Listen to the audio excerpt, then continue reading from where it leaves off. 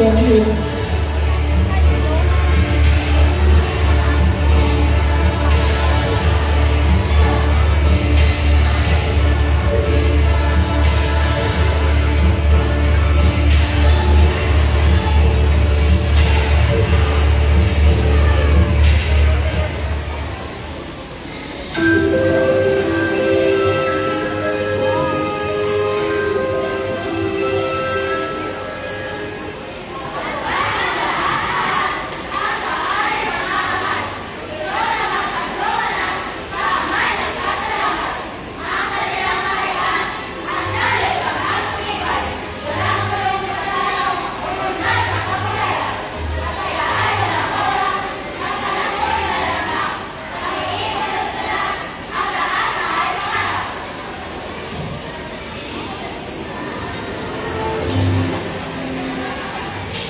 Isang gabi, habang natutulog si Juan Fernando, nagkaroon siya ng isang masamang bangungot at nagkasakit.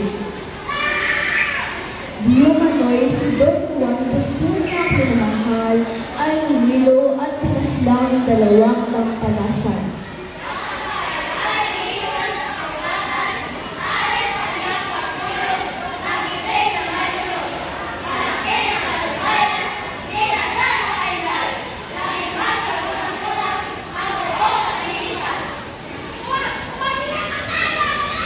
Kinaumagahan, pinatawag ang lahat ng manggagamot sa Berbanya. Lahat ng manggagamot, pinapatawag kayo sa Berbanya. Ngunit walang makatukoy sa linas ng karamdaman ng hari.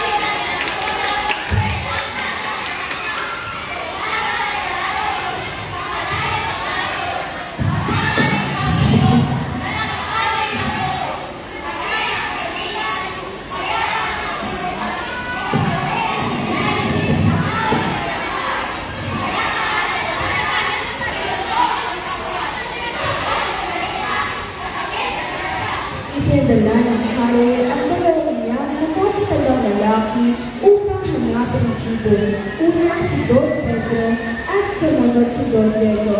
Si Don Pedro ay tumalima sa utos ng haring ama. Iginiyap ang kapagdakang kabayo sa sasakyan niya. Mahigit 3 buwan pinagtas ang kabayan. Hirap ay ianoy lamang sa haba ng lakbay. Kalmala sa ganito, Nagpatuloy sa paglalapot ay ang prinsipe hanggang sa matagpuan na niya ang Piedras Plata. Tadaknan ang Piedras Plata, napakaganda ng paliguran. Lalo-lalo ng puno ka na ito.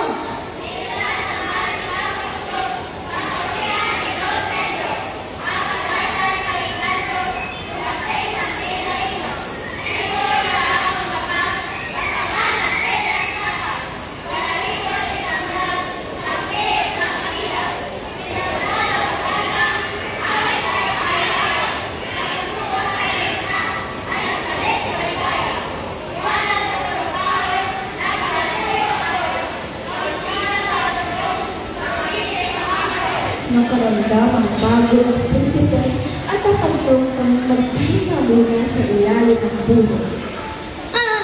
Masarap ng pahinga. Hanggang sa dumating ang ibang kanyang hinahanap at nag-umpisang umawit.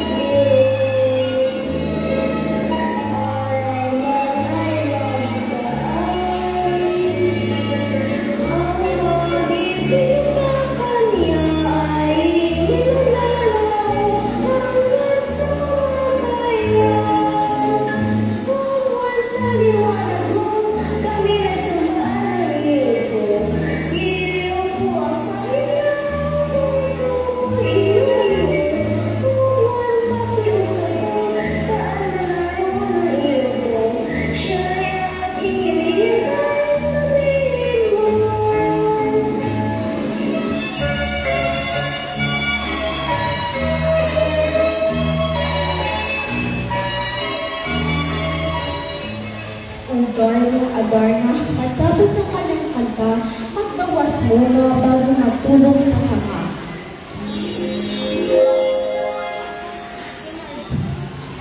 Sa isang kamalan, si Del Pedro ay natatakal at biglang naging matungbuhay sa punong kinasasandalan.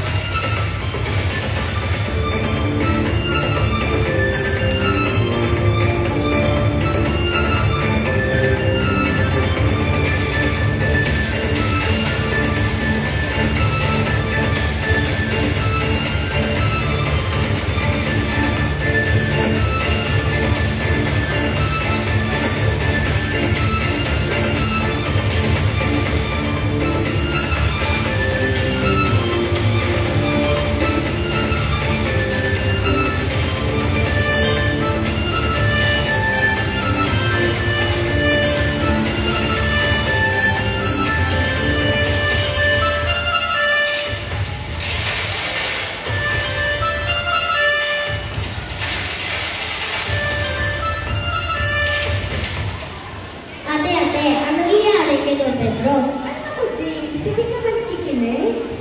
Ito lang kasunod. Makinig ka, ha? Ilang linggo nang nakalilipas, ngunit hindi pa bumabalik si Don Pedro. Kaya kinemisis siya ng ilang na ministro na maglakbay kapalit ng kanyang kapatid upang may biglang lunas ang kanilang ama. Narating ni Don Pedro ang pindok ng Tabor at tanaw ng puno ng Piedras Platas.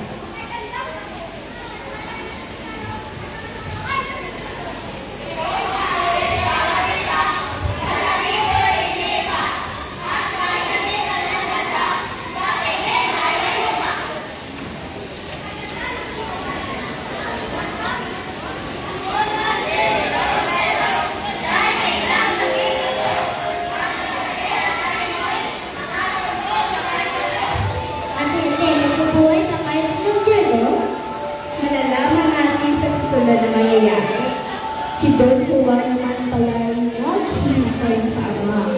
Ang puso ay nagulisa sa nangyari sa dalawa.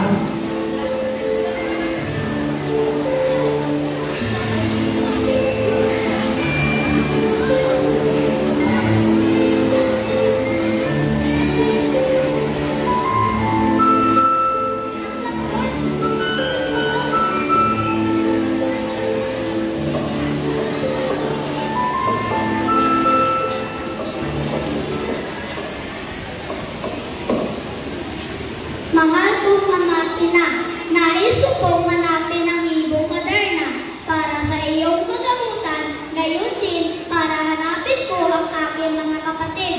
Ngayon po, 3 taon na sila hindi nakabalik. Labis na po ako nag-alala, lalo sa sakit mong lumulubha pa. Masakit naman sa kalooban ng Hari Fernando, doon nga ba tinala na nawalay ang kanilang pinakamahal na anak ay wala silang magawa dahil sa paghangal ni Don Juan. Ate, palilipat ko ba din si Don Juan? James, kung kanta mo, makinig ka na lang. Habang papunta na si Don Juan sa Piedras Platas, may nakilala siyang isa kanilang babae na gutom na gutom.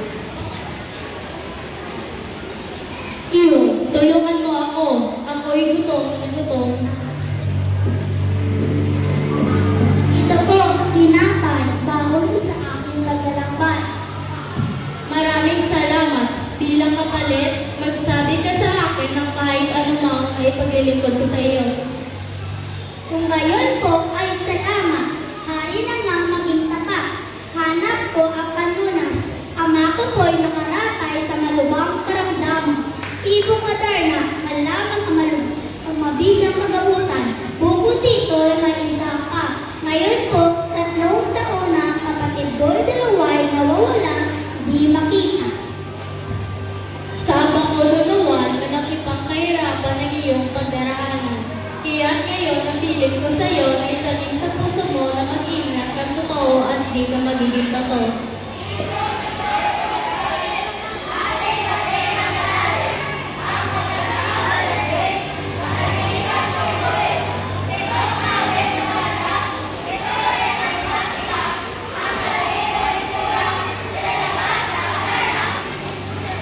Narito labang at daya, nahilong na ng iyong idalhin nang huwag kang talunin ang inventada. Sa kantang pakinggan, palad mo ay susugatan. Sa kaagad mong pigaan, ng dayak ang may wagang laman. Pagkatapos ng kanta, mababawas ang adarna. Ilagan mo pagkakanta na hindi ka madisgrasya.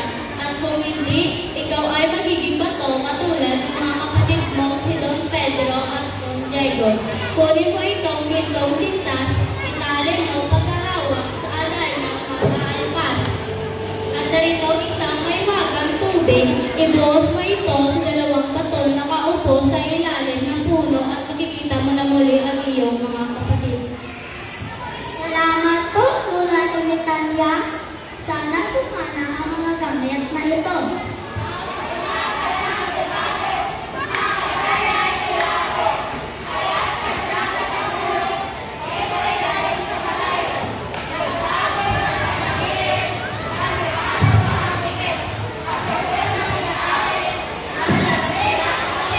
Natutukso ng ulo sa kukuha. Sinupay ng labahan at busbos ang kalat. Namanglubi sa balaan, pinagdaanan ng daya at halos naiyak sa hapon. Nagpawi naman ako! Salamat sa Diyos ko!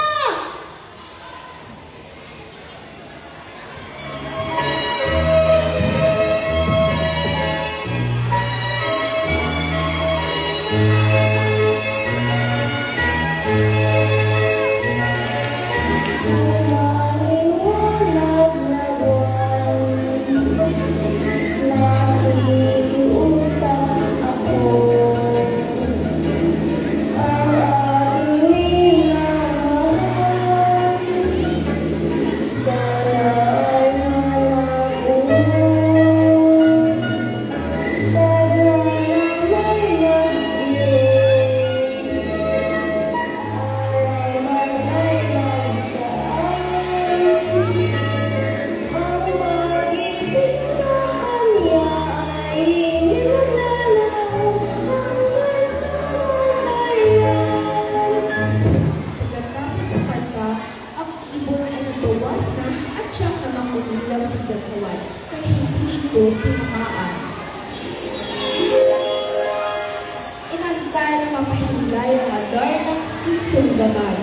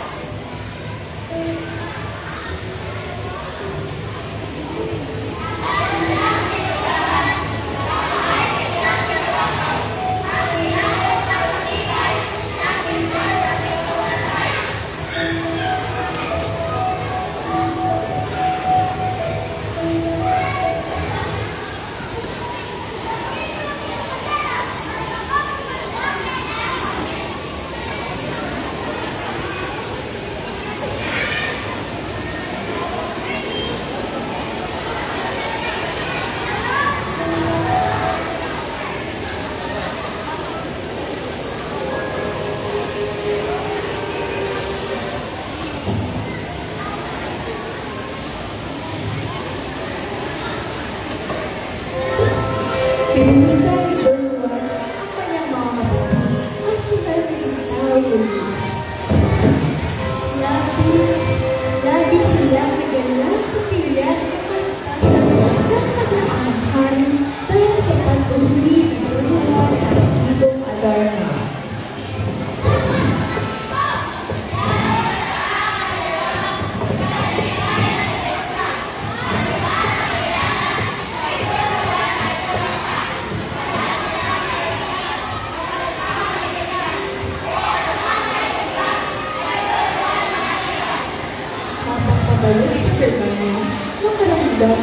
Ngunit si Don Pedro sa tagumpay ni Don Juan ay nakuha ang ibigtan.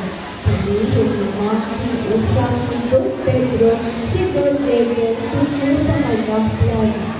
Don Diego, balak na tayo tulungan. Ano? Tutol ako sa iyong balak. Para naman sa ating alian. Sige, Don Pedro. Papayag ako sa gusto mo. Pero huwag natin siyang papatayin.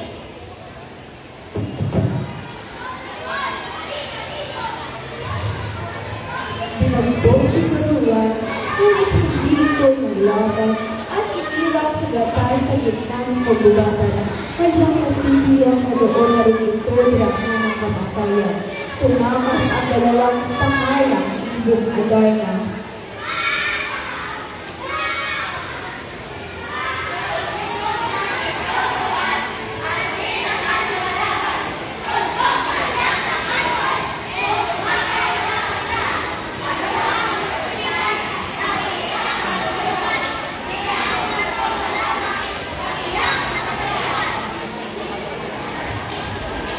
Ade, patay na tayo si Don Juan. Kapag kumaan, naawan ako sa kanya eh. Ate mo naman. Bumalik sa lugar na sina Don Pedro at Don Diego. Tinatna nilang nakaratay pa rin ang hari. Nagpilit bumangon si Hari Fernando at sabing naniyakan ang dalawang anak agad din halungo ang hari at malamang hindi kasama si Don Juan.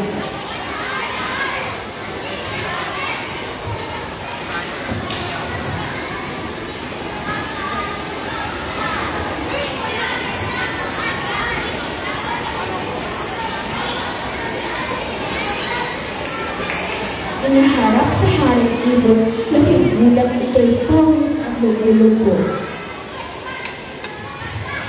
Muling naalala ng hari ang panaginip na isang hina na naghahan ng sakit. Ayaw pa rin kumanta ng ibon sapagkat wala ang tunay na kamay-ari dito at walang iba kundi si Don Juan. Kumanda ka! Umaas ang ibon na hata ang prinsipe at nagbukasan din ng mga magulang ang naging katapsilan na Don Pedro at Don Diego.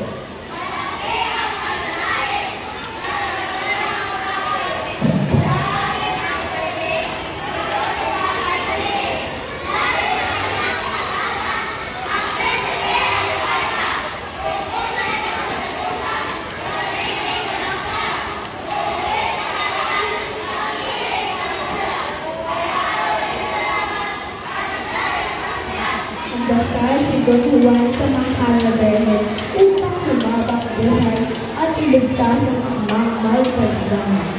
O Berhen ng Manila, tanggulan ng nasa Iraq, kabagal man di man dapat ang alipin kapuspalan, kung wala mang katalaran, kung mapapayaring buhay, loobin mo, inang mahal, ang ama ko mabuhay.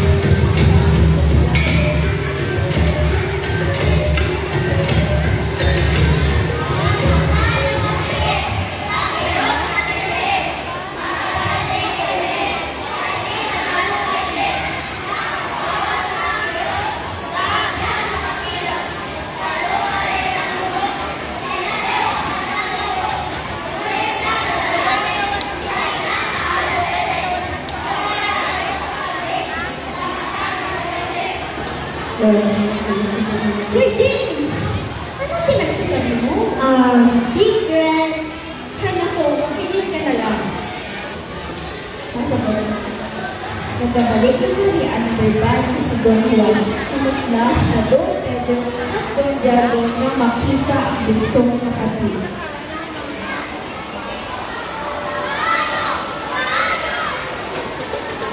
Ang lumubog sa harapan ng hari si Don Juan habang nakarating na rin sa higaan. Ang umawi ng iyong Adarna at ilahad ang buong katotohanan.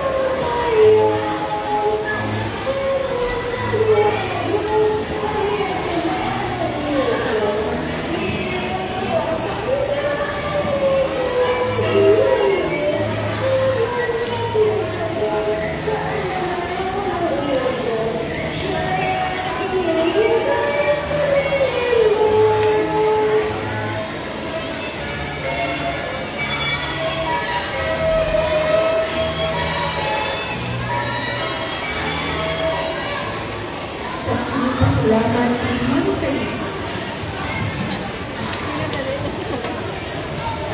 Mahal ko anak, maraming salamat sa iyo.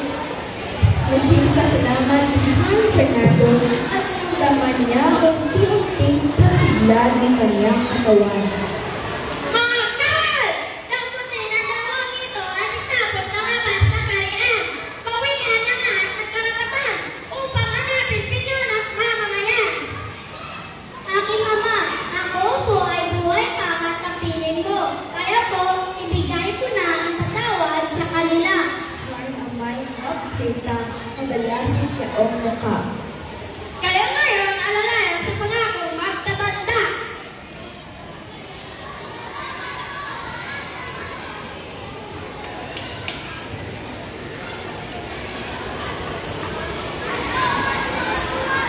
Mahal ko kayo mga kapatid ko. Sana po huwag niyo nang uulitin. Labis ang kadalamang yata ni Don Juan, ang dalawang kapatid, nagbilig ang kasulahan sa buong palasyo dahil sa taluyang pagdating ng hari na naging aliwan ang pag-aawit ng iwang Adarna. Mahal ko, masaya ako at nagpapaayos sa sila. Salamat kay Juan at kay Bong Adarna. Wala ko na ibang hilin, kundi maging mapayapa ang Berbanya.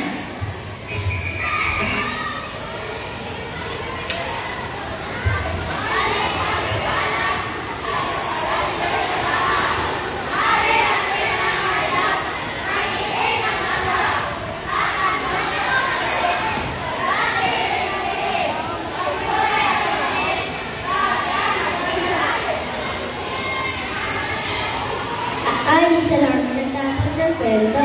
Oo nga, Denise. Ano ka natutunan mo? Hay, naku na nga. Sa aking palagay, ang aking natutunan ay una, huwag maging makasarili. Ikalawa, ang maging matapang sa lahat ng pagsubok ng buwan. At ang uli, kahit maraming tao pa ang magtataksil sa iyo, panatilihin may mabuting kalooban. Kayo, ano natutunan ninyo?